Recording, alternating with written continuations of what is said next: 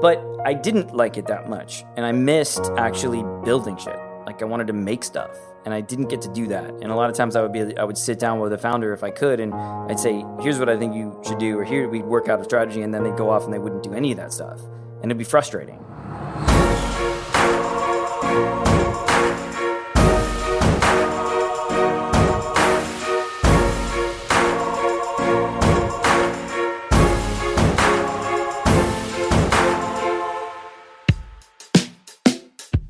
Hey everyone, you're tuning in to the Founder Hour with Pat and Posh. We're here with Jeff Solomon. He's a serial entrepreneur who's founded and sold multiple businesses, which we'll get into.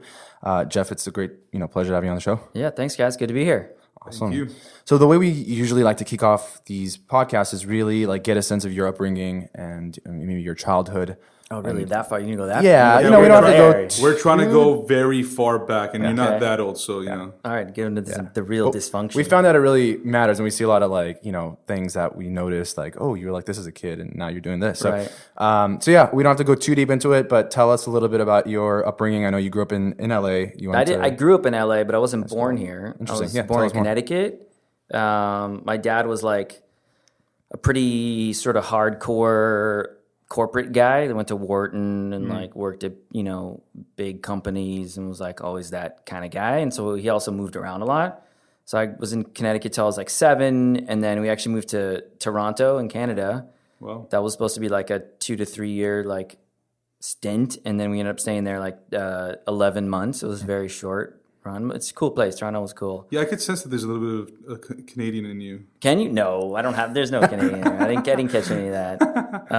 I skied a little. I should have started playing hockey while I was there, but no. So that was just like a year, and then I did move out to LA, and my mom was like, "I'm not moving again," so we stayed in LA since then. And why did you move out here? Was it for your dad? Yeah, he got another job. He just kept, moving up from corporation to corporation. And the thing was growing up, he never worked for anything interesting. It was he worked for a long time. He worked for this company Playtex, which makes bras and panties. And for an 8-year-old, it wasn't interesting. It might be more interesting now.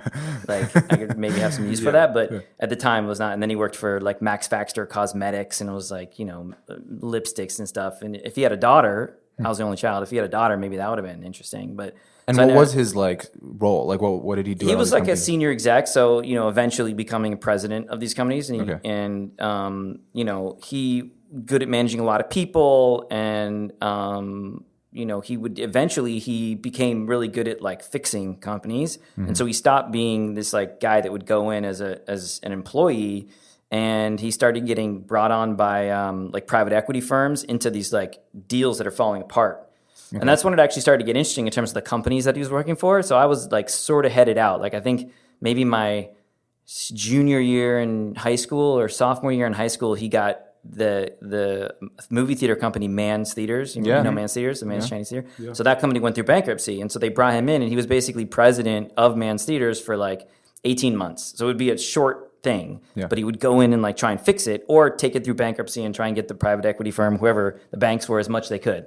And so that was cool. I got to go to movies for free. I had this card. I remember I had this gold card that I could go to any movie, anytime, unlimited people, unlimited concessions. It was that was the best. You're Dad, don't leave. Yeah, that was cool. That was the first company he ever was it was interesting to me. Yeah. But also it just wasn't, what he was doing was not that interesting to me. I didn't know I was an entrepreneur at that time, or would be, but I definitely did not relate to the type of stuff that he was doing. Mm. And I don't think, even looking back, he probably didn't really relate to the way that I looked at, life and myself. I was having lemonade stands and car wash things, and trying to figure out ways to make money, and just, trying to shuck and jive, as my dad would say, So we were kind of very different, but he respected it. He was supportive, and he was never oh, you got to go to Wharton like me. And he was not like that, which is cool. So what did you do after high school? Well, first, let me just tell you about high school a little bit. I sucked at school, and it was not, for a lack of trying. I was a hard worker, and I went to Brentwood, which is pretty intense college prep school, and so I just looked bad because I didn't get great grades on tests, and I didn't fit that mold. My SATs weren't so good, and so, but it's a big college school, so they're oh, you apply to all these schools, you apply to 15 schools, you'll get into these great schools. So I did, and like 14 or 15 schools, and I got into one school. And so it was obvious where I was going, and that school was Arizona State. Party school? Yeah, which at that time, like, nobody prior to me at Brentwood had gone to Arizona State. It was like, you were the pioneer. Yeah, it was like you Penn pioneered and that, Berkeley and like Stanford and stuff. And then since then, like I think one or two people have gone to ASU, so it's not paved the way. big. Yeah, I paved the way. But it was like it turned out to be like the best thing for me because I actually wasn't dumb. You know, I left high school thinking that I wasn't very smart. Like it didn't appear on the outside that I like knew anything.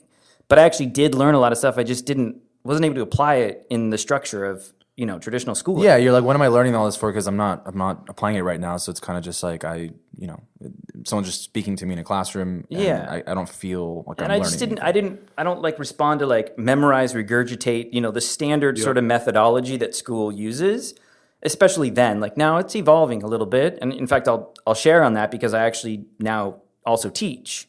So I didn't think I really knew much. Right. But then when I got to college, I actually did very well without having to do a lot of work because it's a lot more loose. It's like sort of like, hey, find your own path. Like if you can get an A this way, like it's cool with me. Yeah. So it turned out to be like a great place for me. And You studied English in college, right? I did study English. Why is that? Did you want to go to like law school? No, I didn't. I at the time I didn't know what I wanted to do. So again, because my dad was this business guy, I'm like, I'll go into the business school. So I started as a undergrad business major.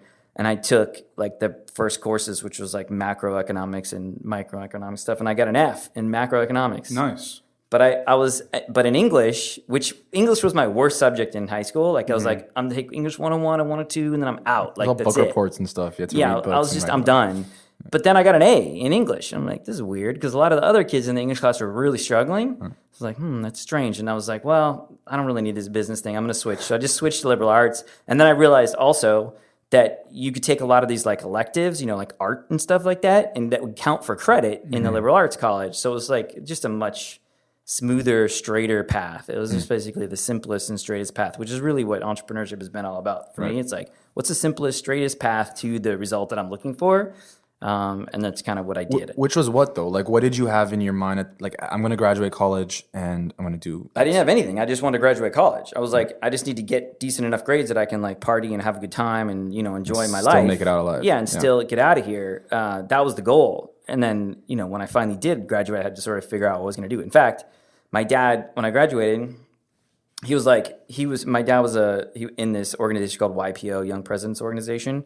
So like growing up, he had a lot of like wealthy friends that owned companies and not a lot of entrepreneurs at that time in YPO, more so now. But he had this one buddy that owned this company that made, at the time, CDs were like a thing. There wasn't MP3s and stuff like this when I graduated high school. And they made like all the guts for Case Logic. It was like the main case company. And he's like, oh, you should just go see my friend. He's got this company. They make like sleeves and stuff. Like maybe he'll have a job for you. And I went to see this guy like a couple months before I graduated, and he's like, well, I don't know what you're good at or what you're going to do, but your dad's a really smart guy, so I'll just hire you and you can figure it out. And it was actually perfect because like I came to that company and like transformed it. It was like old. The company's been around for like 50 years. It was like very stale, no fire, no thought around product development. It was always responsive, like, hey, we need this. And they'd be like, oh, we can build that. It wasn't like, hey, what if we build this? And then maybe we can find people to buy it. But where were you getting that knowledge and wisdom from? Was it just you kind of assessing the situation and being like, I think that should be what we do here? Or was there actually like a working knowledge and, you had the facts and you had the research done? No, there wasn't anything there. I mean, I got there not knowing what it was going to be like. I mean, in fact, the first thing they asked me to do was to build their website. People didn't have websites at that time, and I didn't know how to do that. But I was on the web, and I was like getting into that. I'm like, I can probably figure it out, which I did. And then as I did that, I got to see like all the areas of product that they have and all the licenses and like all the stuff. It kind of was like a crash course in their business. And then as I was doing that, it just intuitively dawned on me. It's like, well, what about this? Or maybe we could build that. Or like, oh, I see you have that machine. It's making these things. We have this other category over here. Why don't we make these things? And I just sort of started to get creative. And at the same time, the other thing that I learned there was like business process. I had this like false assumption that like any company of size, and in that case they had like a couple hundred employees, they were doing like 40-50 million in sales, like it was a big company, and I was like, any company like that has their shit together. Can you swear on this podcast? Or is like Absolutely. Go for it. like they did, like had their game on. They like knew what they were doing. And as we would go through things, they would like we'd work on a new product and they'd go through the steps to like bring a product to market and be like, well, why do you do that way? I'm like, oh, it's the way we've always done it for like the last 20 years.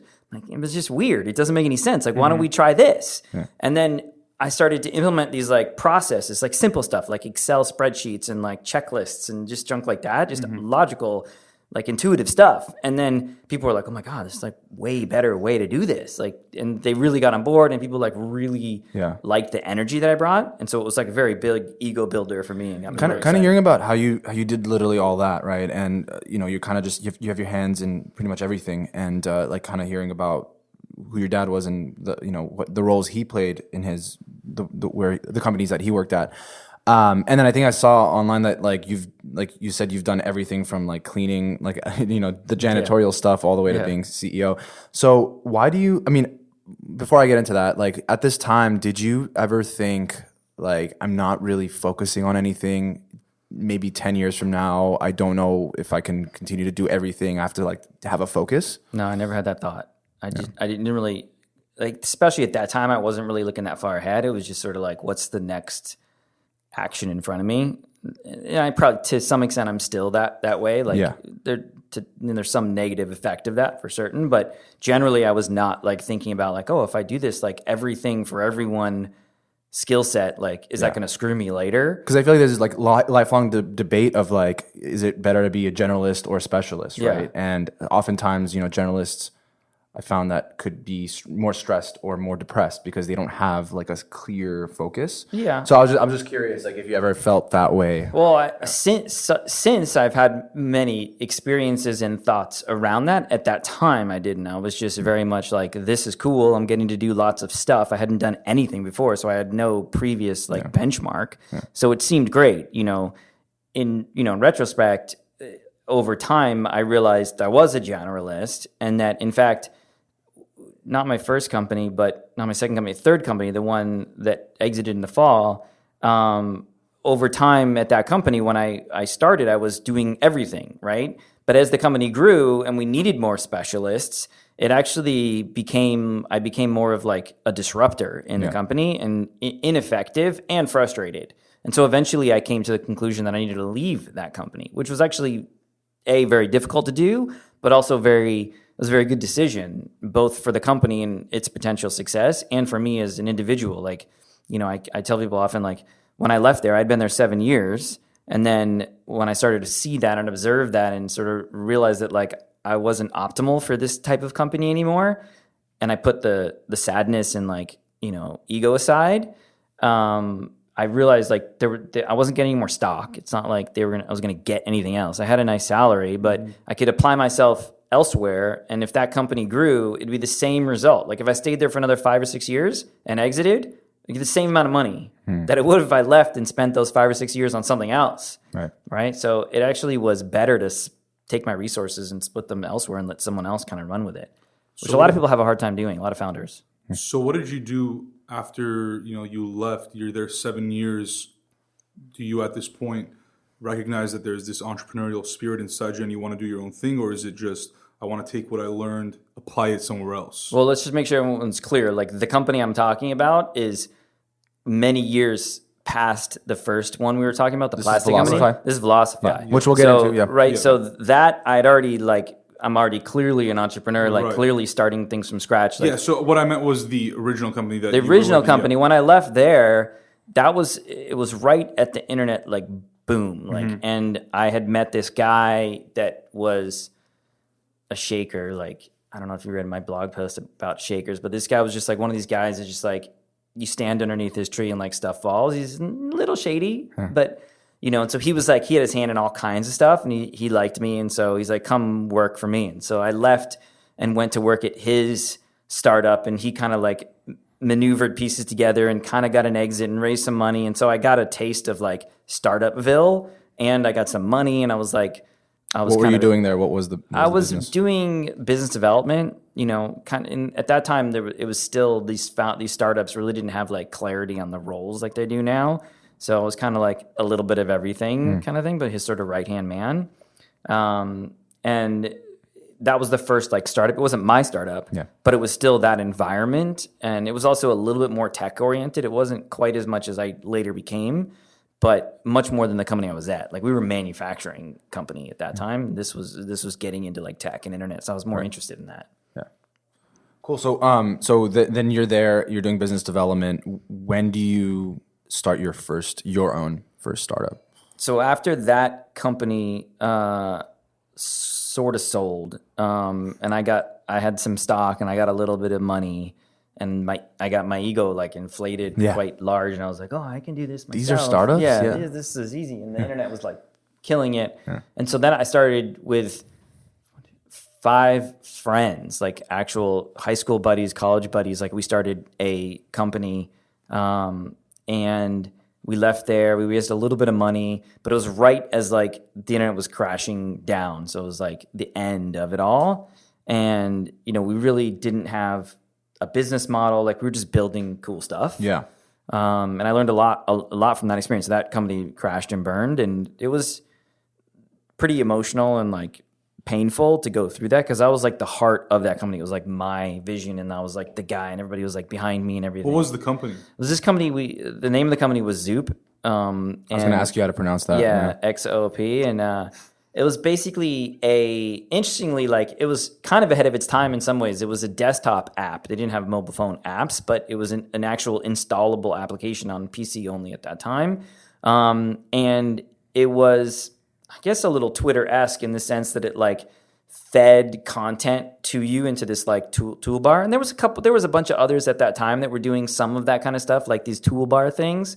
But this was like, interesting content. Like news, or some of it was news, some of it was more interesting. And we, at the time, hadn't built like a scraping engine to like go collect it all. It was all manually curated by people, which was cool because we got good content, but it was expensive and not really scalable. But it was a content delivery, a la Twitter kind of thing, a feed kind of thing. Did APIs even exist back then? Like, not really. I mean, there were custom things that some companies had, but there wasn't like open APIs you could access.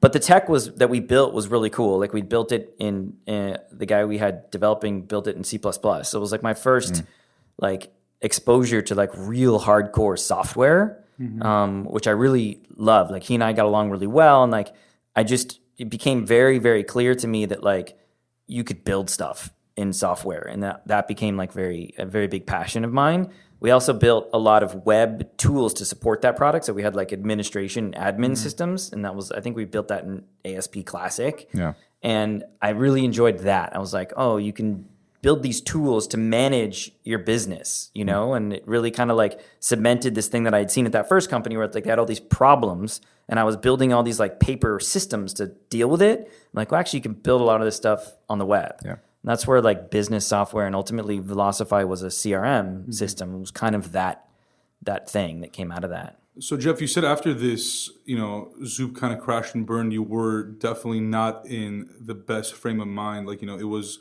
sort of depressing, I can assume. It was very depressing. Like I went to a bit of a tailspin for a few months. Yeah. How did you get out of that? How did you pick yourself back up to, get out of that kind of state of mind? I'm not sure if I can think of like something as like, oh, today I'm going to get out of it. It was sort of just an evolution. I had to. It was time. It was time. Yeah, just kind of had to go through its sort of life cycle. I think maybe I've learned now that like, as much as I want to avoid negative emotions, it's like my default, like, oh, negative emotion, like get away. But actually, like the healthiest thing is to like just sit with that, and it eventually will go away. So, and I did do that, but it wasn't by design. I think now when I get those feelings, like I'm like, oh, okay, let me just sit back and let that pass. Yeah. So it just took some time, and I needed to make money. And so I was just like, I'll just build web tools for people because I knew how to do that and I liked it. And I had a few of these friends that were programmers. I wasn't a programmer at that time. Yeah. I don't even know if I would call myself a product person, but I think I was. But I was like, I can build things. And so I just built this company called ThinkLogic. It was just a consulting firm. We'd build anything anybody wanted, but mostly business tools, not so much like fancy graphical websites. And so it was actually quite fun because I would go into a company and they'd be like, here's what we're trying to do, or here's our process, or here's how it all works. I'm like, okay, I understand. Let me turn that into a tool for you to automate it and organize it and track it and let different people do different things. And I did that for a number of years, and it was a nice, lucrative, cash-oriented business. But it wasn't something you could go get venture funding for, and even at that time, like that wasn't even like a thing. Like people weren't really talking about that. This is like 1999 to 2003, 4 is when I was doing that. And on the back end, was it kind of like your way of saying, you know, I had my first business, it didn't go the way I wanted to. Now let me go into these businesses that must be doing pretty well, but see like what's missing and see what could improve them, and maybe like find something that is going to become scalable. Like I didn't have that thought. No, I can't give myself that much credit. I didn't think. I was just like, I can build stuff. Yeah. I can probably find people that need stuff built that don't know what they're doing. Let me go build stuff. Yeah. It wasn't, many times I credit my partner at Velocify, who was also one of my partners from Zoop, who I went to college. He went to a different college with my best friend from high school. So we became friends. We weren't like super close friends, because out of that startup that like crashed and burned, like a few of those people, those relationships were never the same. Like one of the guys was like my roommate, like best friends from high school. Like that guy and I, we talked from time to time, but it damaged the relationship. This guy, we didn't have a previous relationship, and he was an engineer, and so we stayed friends, and he was doing projects for me, like consulting projects for ThinkLogic, and then he went to USC to get his MBA. And what was interesting is that he was an engineer that wanted to become a business guy. I was like a sort of business guy that wanted to be more on the engineering and tech side. But anyway, he went to get his MBA, and he was working for me on the side. And then when he graduated, this was like late 2003, early 2004, he was like, dude, this ThinkLogic thing is cool, and you're making nice, you know, salary and money, and you're building fun, cool stuff, but there's no like asset here. There's nothing that you can really build and sell. Like no one's going to buy this company. It's more so like a service business. It was a service business. And that was my question. Like I was kind of curious, like did Velocify start out of a project through ThinkLogic? It did, but it wasn't because I had that intuition. It wasn't at that time. intentional. It was intentional, but it wasn't my intention. It was Charles that came into this situation, and he was like, whatever he had learned in school, the one nugget that he got from his MBA program at SC was, dude, you got to like build something. What do you got? Yeah. And I was like, let me think about that. And it really like completely transformed my thinking. And I went back and I looked at everything I'd been building over the last like 3 or 4 or 5 years. And I realized that like there were assets there that could be productized and turned into a SaaS application. That's how we spun out Velocify. And in fact, ThinkLogic essentially incubated that company. Like it was one of the first sort of incubation type scenarios where ThinkLogic had an office, we had revenue, we had people. So we basically paid the bills while we developed this product. And eventually the company was originally called Leads 360 before it was called Velocify. Eventually that sort of had enough of its own resources that we spun it off into its own entity. And then I left ThinkLogic and sold that off to another guy, and then who still runs it today. It's still around. Wow. And he does quite well with it. And that's how Velocify was born. So during this time, are you really hustling to get business, or is it just mostly people that know who you are and know your work that are coming to you? On the ThinkLogic side? On the ThinkLogic side. It was a combination. Like I would get a referral, but I became very good at sales. Like I was always pretty good at sales. But at this company, I would go in and like actually sell the deals. You know, someone would be like, "Oh, I talked to these guys; they need something," and I go in, and then it was in the understanding of their problem, which is really, you know, at the time I didn't know what it was I was doing, but now looking back on all the materials and all the like startup stuff and the same stuff that I teach my students, you know, it's like identify that acute problem and like build the solution to meet that acute problem. Like that's what I was doing. I'd go into the company and I'd listen. I'd be like, okay, I understand what you're trying to accomplish. I understand your problem. Let me solve it for you. Right. And that was the magic at that business. So when Charles came to you and said, "Hey, like you got to build a product. What do you got?" and you went and looked back at your like repertoire of like products that you had built, why did you choose Velocify? Was it one of the ones that maybe you saw like time and time again, the companies that you're working with had that problem or issue that Velocify was solving for them? Or were you just like the most passionate about that? No, it was a perfect storm of things that made it sort of come to be. One what I realized is like a lot of the stuff I'd been building was kind of CRM systems. But in the last year, there was another guy who was part of the founding team at Velocify or Leads 360. It was still called Leads 360 when I left, so that's kind of like the name that we like. Yeah, the original that's baby the name. real name. Yeah. But this other guy, Scotty, is a great dude, still friends with, was doing like outside sales for me. He was trying to like bring in deals. We had met back at the Zoop days.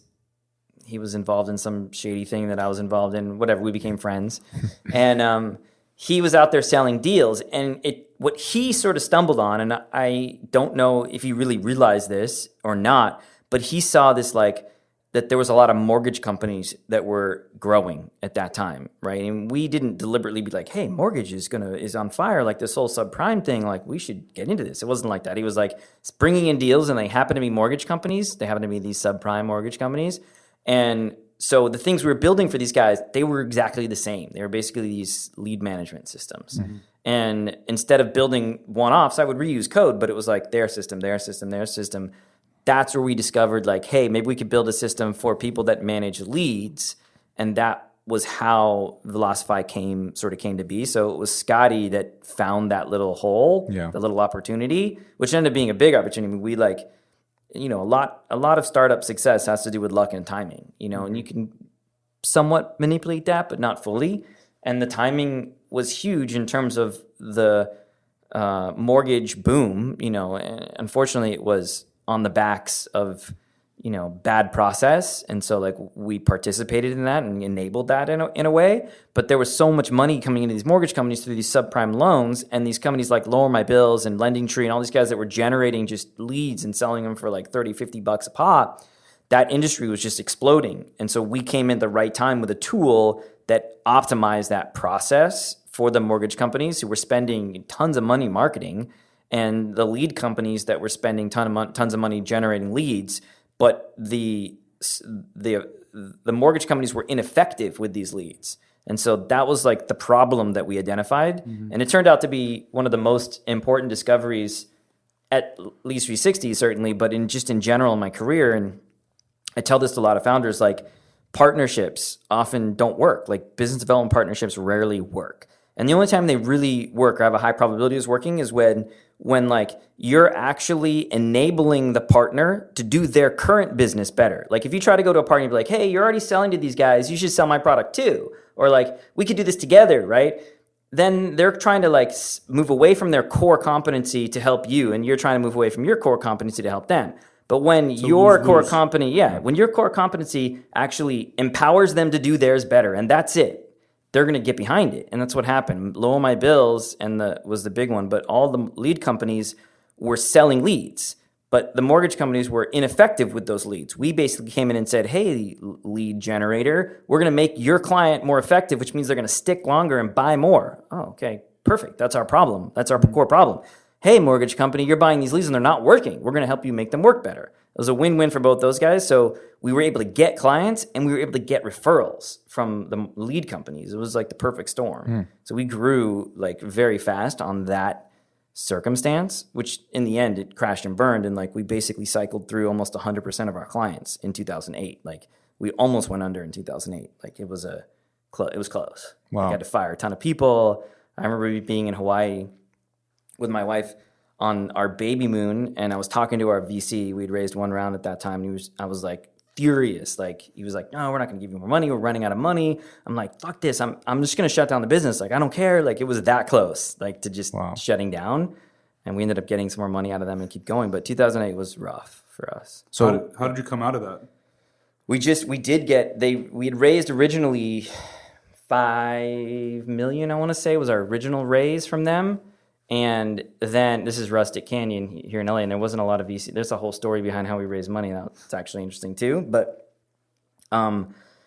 we needed more money. We were running out of money, and we were losing clients left and right, and we needed just time to weather it and to shift our focus and stuff. And I was able to get them to give us another $3 million, which was enough to get us out of that hole and start to diversify into other categories and have a stronger business. But it was close. It was close.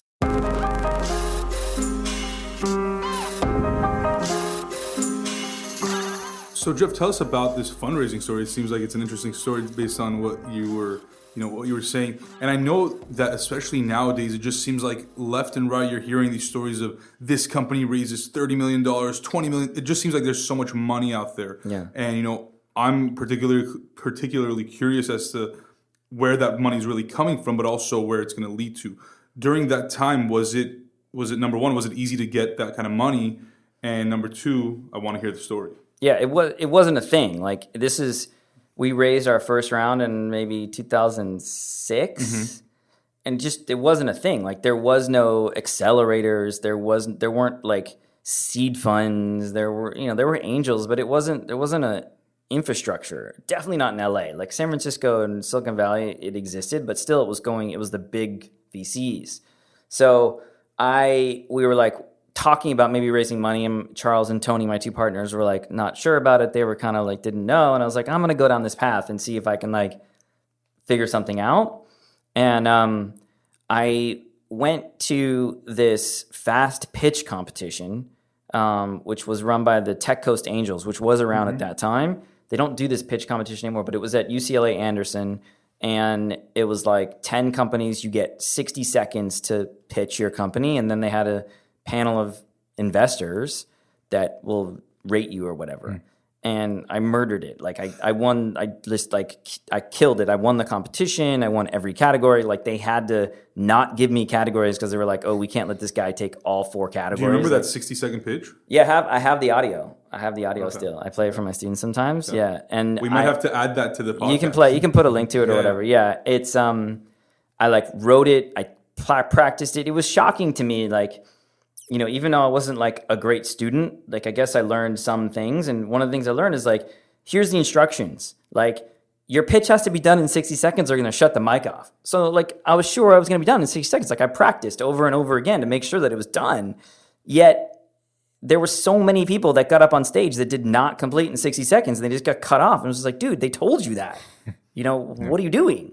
And a lot of the pitches were just like confusing and not clear. And, we had a lot of a wind at our back. Like we were generating at that time a couple $100,000 a month in revenue. So it was like pretty attractive. But my pitch was really clean and clear. And I met one of the partners from Rustic on that panel. And then they later eventually did invest in the company. We had like 3 or 4 term sheets after that.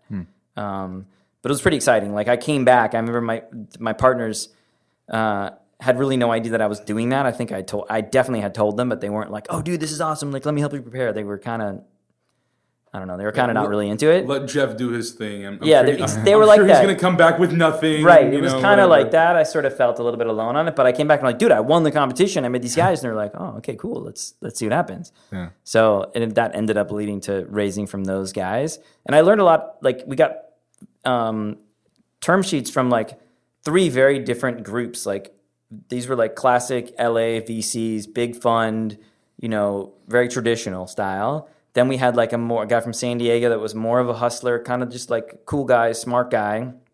It's a much smaller fund, more of a seed fund kind of thing. And then I met this guy up in San Francisco. I'm still friends with him too, who was probably the smartest of the guys that we had met, but also smaller fund, more boutique, like was kind of just early getting into the game, didn't have as much pedigree. And his terms were not as attractive. Like the most attractive terms we could get were out of Rustic. In the end, I think we didn't really get a lot of value from Rustic. They were on the board and so forth, but they weren't that helpful really. It wasn't so much like a strategic partnership. Yeah. It was kind of just like right now we're crashing and burning. We need money. Like, well, no, at that time we were killing it. No, we weren't crashing and burning. When we first raised the money, I was crushing it. Yeah. That was before mortgage. When they gave us the second tranche, that's when we were crashing and burning. But they just weren't, they weren't that involved. They really weren't operators. None of the people that worked there were operators. Jeff, when you say one of them was smarter than the other, or just the use of the word smart, what made them smart, or what do you consider smart when it relates to the VCs at that time? Well, the one guy was like, when we'd sit down with him, he was like very thoughtful about like, okay, well, are you going to do this? Do you think we should do this? Like, what about this product? Or like, how does that? Cause like he was really into metrics and like very like in the business. He was like another person I would be having at a table talk about how we grow this business. and that I didn't get that same type of, closeness from the other guys. That's what was smart. But to be honest, like I've really not seen any LA startups have that kind of positive experience with their investors. I mean, I've raised money since, and I've helped a lot of companies raise money, and I've rarely seen where like the investor is involved to the extent that they actually make an impact. Like, why do you think that is? I mean, it's just a combination of things. Like one, like that's not their business. Their business is finding companies investing and then finding another company to invest in. It's like they want to help, but they can't. They can't. More so like a lack of time and resources. It's a lack of time and resources, and then there is lack of experience. Like not a lot of VCs are also startup founders. There are some, the Mark Susters of the world, who like started and sold a company, and there's certainly more there are today. Yeah. But even then, like Mark Suster's on your board. He's going to come to the board meetings and give you some good nuggets. But like other than that, you're not talking to him like every week and like trying to figure out where to go. Like he's just busy, Yeah. So I don't think that's as common as people like to think it is. Just not the case. And even in the accelerator world, like when we started Amplify, that was part of the idea. It was like, we're going to get in the trenches with them and like help them build their companies and like really be involved. We didn't have time for that shit. Yeah. Like there was no time for that. Like So talk to us about Amplify. You started this while you were still building Velocify. No, that was right as I was transitioning out of Velocify. So at that 7-year marker, I was, I had built a transition plan to leave Velocify, so I didn't go from like, big salary cold turkey. Like I'd kind of like, okay, I'll go 3 days a week, and then 2 days a week, and then 1 day a week. And during that time, I was talking to people trying to figure out what I wanted to do. And that's when I met Paul Brico, who had the idea and like had gotten some people interested in putting money behind it. And there wasn't really an accelerator in LA at that time. Like Mucker hadn't started, and Start Engine was the very first to launch. Yeah. But they didn't really have a fund behind them. Was Science different. Back then? Science hadn't started yet, and even the one that Suster, that Upfront or whatever their name company was before, they had one. I can't remember their name of their fund, but basically no one had launched. Launchpad. Yeah. So none of them had launched, and then so Paul was kind of working on it, but everyone was kind of working on one, and we all launched literally like the same week. It turned out in the end, but he and I hit it off, and he was very good at like bringing pieces together and raising the money, which I wasn't really interested in doing. I was interested in like building this engine to like, fund companies. And that was like a new thing to build. That was interesting. And so it was a good match because he's not really like, he doesn't do that. He's not good at that. So it was a good complement. Yeah. And so then I left Bleeds 360, and then we started Amplify like August of 2011. And then we closed our first fund in like, October of 2011. And then I was there full time for a few years. Yeah. So kind of like going back to like when you wanted to start Amplify, like tell us kind of about the vision that you had for, I know you guys are like focused on the community as well, like of LA. Yeah. Because, LA wasn't really a very big, like, Silicon Beach, I don't think existed back then. The name wasn't there. Yeah, but it was like, Craig had companies like mentioned it at parties from here and there, but it was like right. It was like just on the cusp. So, So what did you envision, and has that vision? I mean, clearly it's come to life, but like, tell us about the kind of the early days of that. Yeah, I mean, that was a big part of what Paul wanted to do, and what I felt like I could, lead the charge on doing, was to kind of create a community. And my thing was, co-working spaces were not that big at that time. I was like, let's make a co-working space inside of our facility, so we have like this like community here of people that are coming. Like, yeah, they're gonna want to get funded by us, but like we'll have this energy always. So that was a big thing that I sold them on, and we did, which helped. And then I did, every event I could for the first year. I was on every panel. I was just like all over. I was very active in the scene, and Paul was certainly very visible as well. And so that plus Mucker plus Launchpad plus all these guys like creating this energy, funding actual companies, it was a catalyst for that. So like there's no question that I was like a big part of launching the LA startup scene. And it was fun. Like, and I thought when I did this, I thought that one of the things I would really like and that I'd be really good at was helping other startups, get money, build them, especially when we were thinking about we were going to be involved. In fact, at the time, I wanted to not only do a co-working space, which we did, but I also wanted to do like a General Assembly education thing. In fact, I tried. General Assembly was very new at that time. They were just in New York. And I was like, I tried to get them to co-brand a program with us out of our facility, which they ended up doing with Launchpad, which I was kind of annoyed at because I was like, I'd proposed that idea. And they didn't do it with us. They did it with Launchpad. And it kind of didn't work for Launchpad, but it did work for them. They started to grow in LA. But that was a big part of it. I was like, we got to educate these people and give them skills and like training. And plus they could be a great revenue stream. Like I was always about how we can make money with this thing as well, not just for investors and for founders, but like how could this business be self-sufficient and not just rely on raising funds? Because if we were going to have all this other stuff. So that was a big part of it. But like I started to say, I thought that I'd have more time to work with the companies. And I thought that I would really like doing that and like investing and would be good at it. And I think I was good at it. Time will tell if we with our exits at on the deals that I was involved in. We've definitely had some exits. It's a long game for sure. It's a long game. But I didn't like it that much. And I missed actually building shit. Like I wanted to make stuff. And I didn't get to do that. And a lot of times I would sit down with a founder if I could, and I'd say, here's what I think you should do, or here we'd work out a strategy, and then they'd go off and they wouldn't do any of that stuff. And it'd be frustrating. You were basically the VC that you wanted.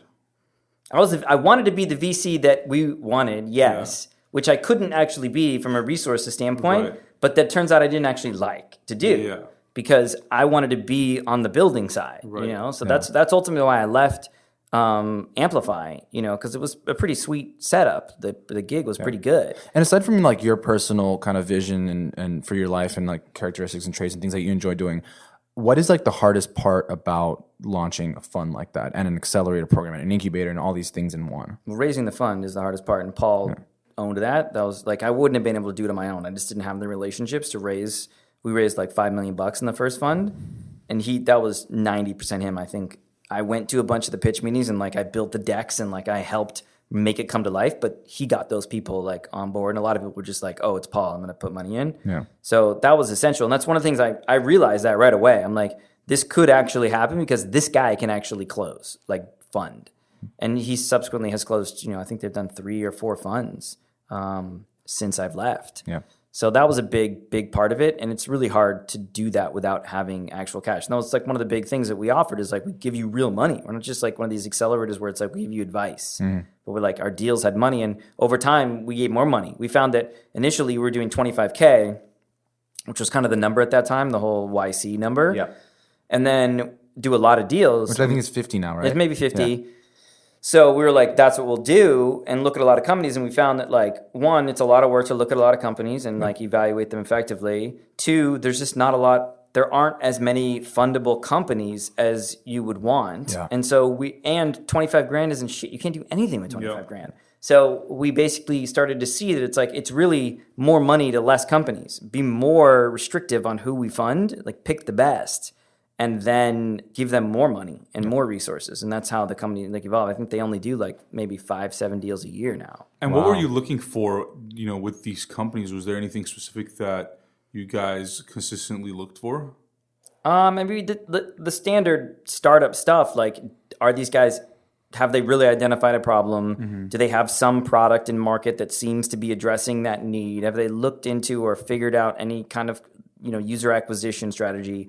Does this thing scale to a point where it could be subsequently funded? That was a big piece. Like we weren't going to put money in a company that wasn't VC fundable. Like we were just the first step at seed, then VC, then Series A, Series B, whatever. So every company we had to see that path, and if it didn't have that, it wasn't a good fit. It might have been a good company, and I think that's a big thing that a lot of founders get tripped up on these days. It's like I got to build a company that can be $1 billion company so I can go raise money.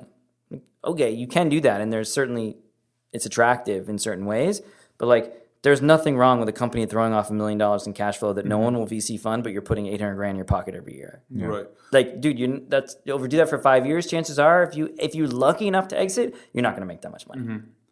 Jeff, I think that a lot of millennials, and I hate the word, but that's what they call them, and we're both millennials, unfortunately, I guess, but we get pretty bored pretty fast with what we're doing, and I think when you have so many ideas and you are creative and you want to do all these things, and in your case, you want to build things after realizing it, how did you deal with that boredom or, being complacent or being in that same place for too long?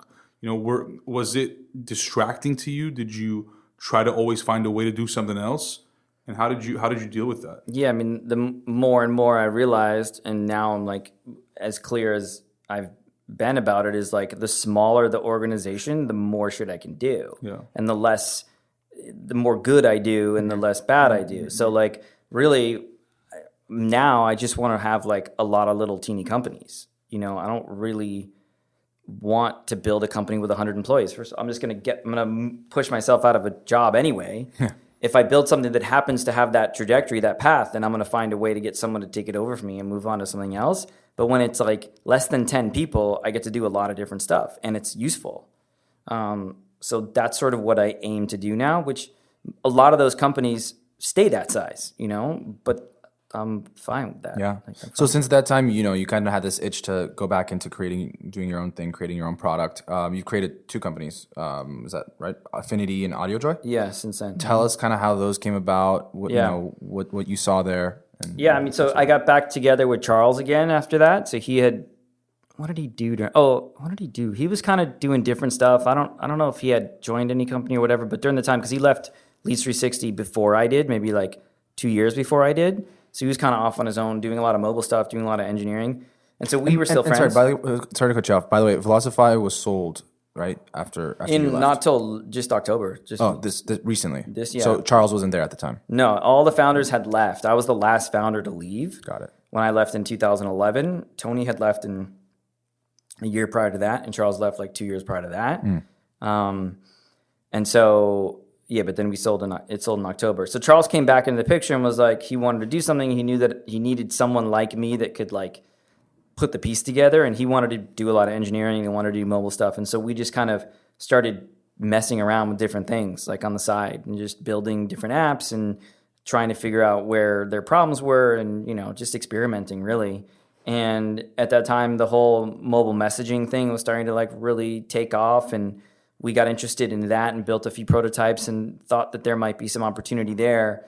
And, we probably could have done a better job at like the whole customer development, identify the problem even then. And I had had all this experience leading up to there, but it's still tough. It's still hard to do. Like that's what you were trained to do. And that's what all the documentation explains. But it's like, it's still a lot easier just to build something and then find an audience, even though that's not the way to do it, right? You want to find the audience and the problem and then build. But so we have done a little bit of it, but not and probably enough. And we basically started building this like messaging as a service platform, similar to like Layer. There's a few other companies out there that were doing this, but we were trying to tap into this like micro community interest thing where like we saw that there was these mobile apps that were like friend-to-friend networks, the Snapchats, the WeChats, all these things that were like, hey, you come in, you find your friends, and you like, but they weren't organized like interest-based communities. Like GeoCities, for example, is like an old one. It was kind of like the early days of that. But we saw that there was these hyper interested people, and we were like, the hypothesis was that if you brought them together in this messaging environment, which is a very engaging environment, could you build these little communities into something? And could we connect them all through this one platform? So it's like maybe you come in through the like parenting community, but you also have interest in the like, weightlifting community. So they like cross over, and the whole platform was designed to manage all that. And we eventually built like SDKs where other apps could integrate all this stuff. So that was kind of the vision. We, along the way, to test all of our things, we built our own apps. So we just launched a bunch of micro communities and tied them all together. We must have launched like 100 different communities. Like some things that were as niche as just a movie, like we had a Hunger Games community. And like there's actually one company that did the exact same thing and is still doing okay. It's called, I can't remember, but they have like hundreds of different little communities. I can't remember the name of it. And when you say like, so these are all separate apps? They're all separate apps, but they're interconnected. So you could theoretically come in one door and communicate with people on other apps by like just adding those topics to your feed, and you would find people. And so you in your list of rooms, you could have rooms about all different topics that were essentially coming from one centralized system, but they were being deployed. So when you come into the parenting app, the default stuff you see is parenting. But if you explore deeper, you can find everything else we had. That was kind of the vision. In the end, we found that like it didn't really work. We couldn't grow the communities on our own. We couldn't find enough places. Like what our theory was, we'd go to places where communities existed but weren't engaged. So we'd go to a content site, like even take like a BuzzFeed and be like, hey, you've got these people that are consuming, but they're not engaging with each other. Maybe they're doing comments, but comments aren't nearly as engaging as chat. And so the whole thing was like, how do we empower these entities that already have a bunch of people and get them to come together to stay longer and make more money off through ads and things? That was the vision. And it was just never like that important for those companies. It wasn't that painful. Like things were working. So maybe you were ahead of the time on that too. Maybe eventually they will see that there's still an opportunity to do that, but it became very difficult to sell. What did happen though, which happens a lot with startups, like, a la Instagram, is you build one thing and then you see another, So one of the things that we did is we built all these micro communities, and one of the communities, which was this like super hardcore geek community we called the app geeking. These people were like hyper engaged, like super engaged, and like it grew organically, and it was a nice community. And we started getting into like monetization and building ad tech and like all this other stuff. What was the community about? Just geeks. It was just like people that were into comic books and all cosplay types and of- role play and like all this stuff. And so we started to focus in on that app and try to grow that and get really good at ad tech and how to monetize. And we were like one of the first companies to use Facebook's native ad platform. And in fact, still I would be surprised if there's anyone in LA that knows more about mobile native ads than I do. Like I know a lot. Like we've done a ton of testing and ton of stuff. In fact, I'm in this Slack group with like the best of the best mobile ad tech people, like the head of ad monetization at Zynga, the head of ad monetization at Marvel, like all the major app companies that have big monster apps are in this room. Most of them don't do native ads. Facebook is a large provider of native ads. You know what I mean? It's like in a feed and it fits in. It's not a banner. It's not an interstitial. Right. It doesn't really work so well in games. It's more of a community kind of interface. But anyway, we're really good at that. And we started making a ton of money off this app. It was very profitable. Unfortunately, we couldn't really figure out a way to scale it hockey stick scale it. So it was not like we could continue to try and build a big business on it. That's because your users were also like native. Like they needed to like download the app and be a user of the app. They couldn't come through like some other Right. We started to integration. shut down these other communities. We just started focusing on this to see if like, hey, can we build an asset here that's really worth something beyond making cash flow? And we just could not. Like it was, and I don't know the answer as to why. Like we have 50,000 monthly active users on the app, or 75,000 monthly active users, which is a good number. Like there's nothing to be ashamed about there, but we're not talking about millions. But are there more than 50,000 of these geeky people in the world? Of course. Like why couldn't we find them? Why are we? It's like, I'm not sure. Maybe my user acquisition skills are not up to par. It's possible. We did try to like sell the asset to like one of these bigger gaming companies that might be able to take their audience and grow up, but it just never really panned out. But the app still exists. It makes revenue per user. It's astronomical. Like it's extremely profitable app. It just, and it stays where it's at, organically. It's a great little business. But unfortunately, it's nothing that's going to like make the investors in that company a liquidity event. So because of that, and I just didn't want to go out and try and raise more money on something I didn't really believe in. We kind of just like put it on pause. It still runs, makes enough money to stay alive. Maybe someone will come around and buy it at some point. But I started working on other things, and that's when I started working on AudioJoy. So tell us kind of how that came about. Well, I had actually worked like earlier. I'd always been interested in audiobooks. Partly back to my early days, I like sucked at reading and English, and like I said, I wasn't a very great student, so I never was good at comprehending books, but I liked books. And then I discovered audiobooks, and especially when Audible became a thing, I was a subscriber. So I was listening to, as early as, 2000, I was listening to audiobooks very regularly. A lot of business books, a lot of fiction. At that time, did they have it was like on CDs, right? CDs, but soon, I think Audible started, I want to say maybe in like 2005, maybe. They've been around for a while, and then they got acquired by Amazon. I don't know when, but about then I started using Audible. And those are, so where were they? Like online? No, it was on mobile app at that time. Oh, okay. Yeah. But this is like before the iPhone. What year did the iPhone come out? 2008. 2007, 2008? 2007? Okay, so maybe it was until 2007. It was about the time I remember probably using it on my iPhone. Yeah, so it's like I think the right iPhone when came out mobile. before 2007 because I had the iPhone. You must at have had some Velocify. secret like No, beta. no, I had a little one. The only reason I remember that because I was in 10th grade in high school, and I started high school in 2006, 2007. So it was 2007, 2008. I think you're incorrect about that, but Yeah. because it has to be earlier because I had an iPhone at Velocify. Well, I guess so because I left Velocify in 2011, maybe. Okay, so 2007, maybe it was. But so regardless, Yeah, like, yeah, it sounds like they were Whatever. like as soon as the iPhone came out, like Audible was like It became a they thing. already knew it was going to be a thing. So I really liked the story. I really liked audiobooks. Yeah. I liked consuming audio content. At the same time, prior to that, I was getting more and more into like self-improvement and meditation, and I had gotten sober earlier that several years before that. Maybe what year did I get sober? 2001, maybe? I can't even remember now. It's been 15, 16 years. Yeah. So I was like into that space. And so I was listening to some of those kind of books as well. And as I started to think about, and this was still while I was at Amplify, other things, I built some prototypes in the like self-help audio arena, trying to do some different experimenting there. And so I had some assets, a few things that were on the App Store and whatever. And when I started seeing that I was going to sort of fade out of the day-to-day from geeking, I started to think, can I turn this into a real business? And that's when I started focusing on that company, which is basically, it's Audible for self-help. Is in simple terms, where it's hyper-focused on everything self-improvement, from productivity to anxiety relief, parenting, meditation, all that kind of stuff.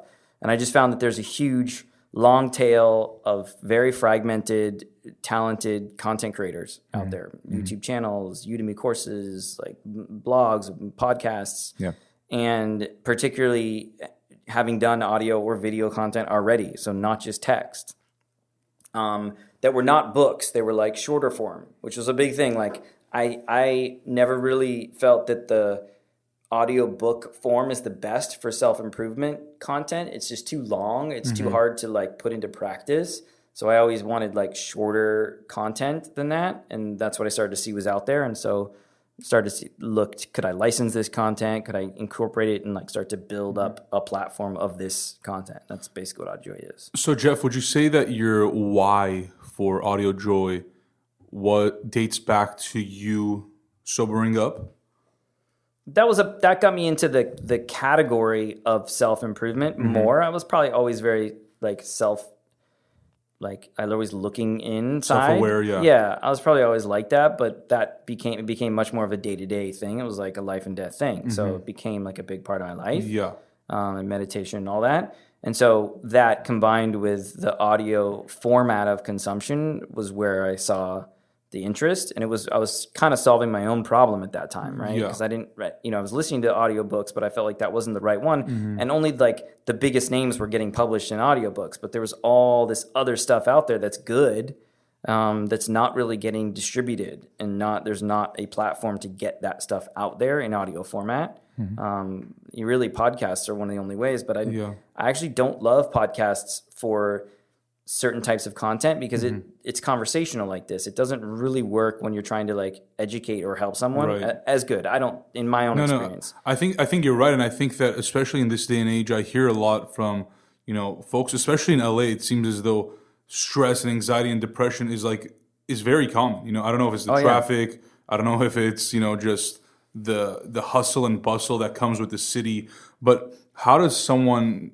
I guess I have multiple questions, but how does somebody find AudioJoy, and how do you find the folks that should be using your product? Well, yeah, I mean that's a customer acquisition challenge, right? That's probably the biggest challenge I have right now, and that most companies have, especially mobile companies. Just getting users is very tough. So I do a lot of different things, and I'm definitely in the scaling that state of the business. I got pretty good at like growth hacking over my years. So like I grew the initial base of the business through various hacky strategies, not like traditional user acquisition strategies.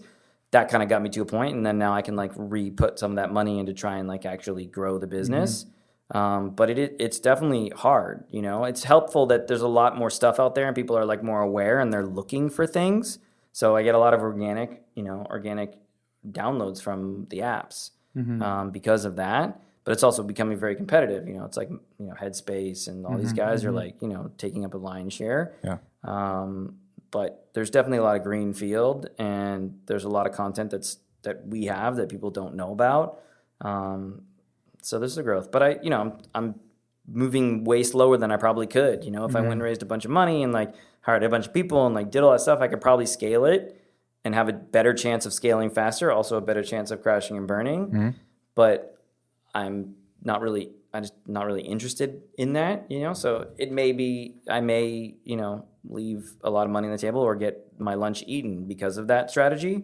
But I'm also just like not at the stage of my career where I want to do that anyway. Yeah. So it's I'm kind okay of that sweet spot of like, I think I can do this with a small team and yeah, well, it's okay. Like if it turns out to be like a lifestyle business, like I'm okay with that. Yeah. And if it turns out there's an opportunity to really raise and like I can bring someone to run it and grow it, like maybe I'll do that. Like there's no shortage of ideas. I could do a million other things. So is AudioJoy like 100% focused right now for you? That's like my business wise? Yeah, that's my most. I do that. I do like still a fair amount of like startup consulting. It's funny, I'm like getting more into that, even though I said I didn't really like that. But I found that when I do it in like a more like focused way where I pick one person or one company or one thing at a time and like really spend some time with them, I can have impact versus just like, this Amplify. It's like way too hard to jump in these companies.